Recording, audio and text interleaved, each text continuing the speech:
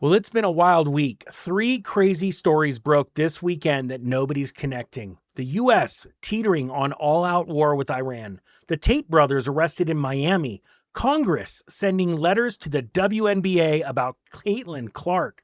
Let's dive into this and see where this is all headed. Here is the headline from July 19th. Tate brothers arrested in Miami. UK wants them extradited on 59 rape and trafficking charges. The part everybody will argue about is the Tate name. The part that should bother everybody is the door. Romania had them under restrictions, then they made it to Florida, then US Marshals arrested them in Miami. Now a criminal case is sitting right next to a political accountability fight. Andrew Tate and Tristan Tate are accused in a United Kingdom case involving 59 charged counts. Andrew faces 42 counts. Tristan faces 17. The allegations involve 7 accusers and an alleged window from 2010 through 2017. They are accused. They are not convicted. That matters. In any serious legal system, the courtroom has to do its job before anybody declares guilt. But that is not where this story stops. United Kingdom wants them extradited. Their defense is expected to fight that request. So the legal clock has started, but the political clock started too. The bigger pressure point is how they got to Florida. Romania had restricted their travel.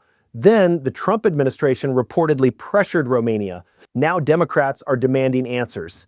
If a normal person is caught inside an international criminal process, every document matters. Every border matters. Every court date matters. Every missed form can stop them cold. So when famous defendants end up in Florida, people are going to ask, who opened the door? That does not prove guilt. It does not prove favoritism, but it does create a public question officials cannot laugh off forever. Romania still has its own separate case, with additional allegations added in early July. Again, allegations are not convictions, but the pile of legal pressure is getting heavier. Watch the hearing cycle. The legal side will argue warrants and jurisdiction. The political side will keep asking who helped them move and why. Story 2. Here is the headline from July 19th. U.S. teeters on all-out war with Iran after more troops are killed. 17 American service members had been killed since February 28th. 3 were killed between July 17th and July 19th. One was Private Isabella Gonzalez, 19. Another was Tyler James Feehan, 25. That is not a talking point. That is somebody's daughter, somebody's son. A family getting a knock on the door while most of the country is still trying to figure out when this became a war. The consequence comes before the politics.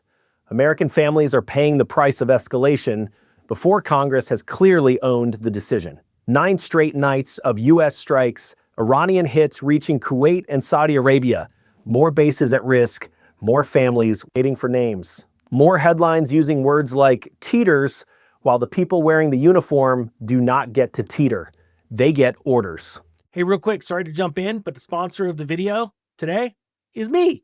Bitcoin and Security Bundle. If you ever want to invest in cryptocurrency, you want to learn how to do it safe, secure, and not waste a bunch of time and money, this is what preserving purchasing power during a debasement cycle looks like and how you can take advantage of this. Links down below to both those courses. Now let's get back to the video. I am not against defending America or protecting troops, but somebody needs to say what winning looks like. Because if you cannot define winning, you cannot define the cost. And if you cannot define the cost, you cannot honestly ask families to pay it. This is not one strike. This is a pattern. Strike, response, casualty, escalation, explanation, repeat. No congressional declaration. No clean national decision.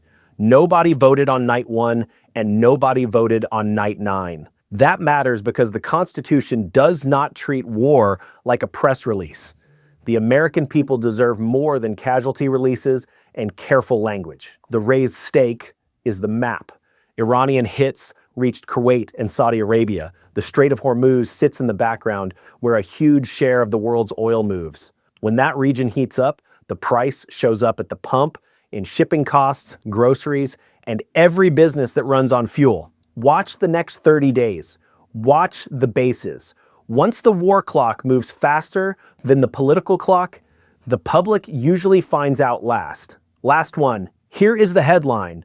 Congress sends letter to WNBA regarding fouls against Caitlin Clark. Now we go from a courtroom to a basketball league. Be clear on the framing. This is not a proven claim of racial targeting. This is a pattern question. Caitlin Clark took contact to the throat. No foul was called live. After review, the play was upgraded to flagrant. Then 11 members of Congress sent a letter demanding accountability by July 24th. The letter raised the possibility of DOJ involvement. Whatever you think of the WNBA, this is not normal. A league wants attention until the attention becomes accountability. It wants the ratings, the sold-out arenas, the debate shows, the new fans, and the Caitlin Clark effect. But when its most visible player takes contact, that is a governance problem. 8 Olympians across 3 countries spoke out. Then Clark answered the way stars answer, a 45-point, 10-assist record game. That makes the league's problem worse. Every time she performs like that, the gap gets wider. Again, do not state more than the evidence shows. The Tate story is legal to political. The Troop story is escalation.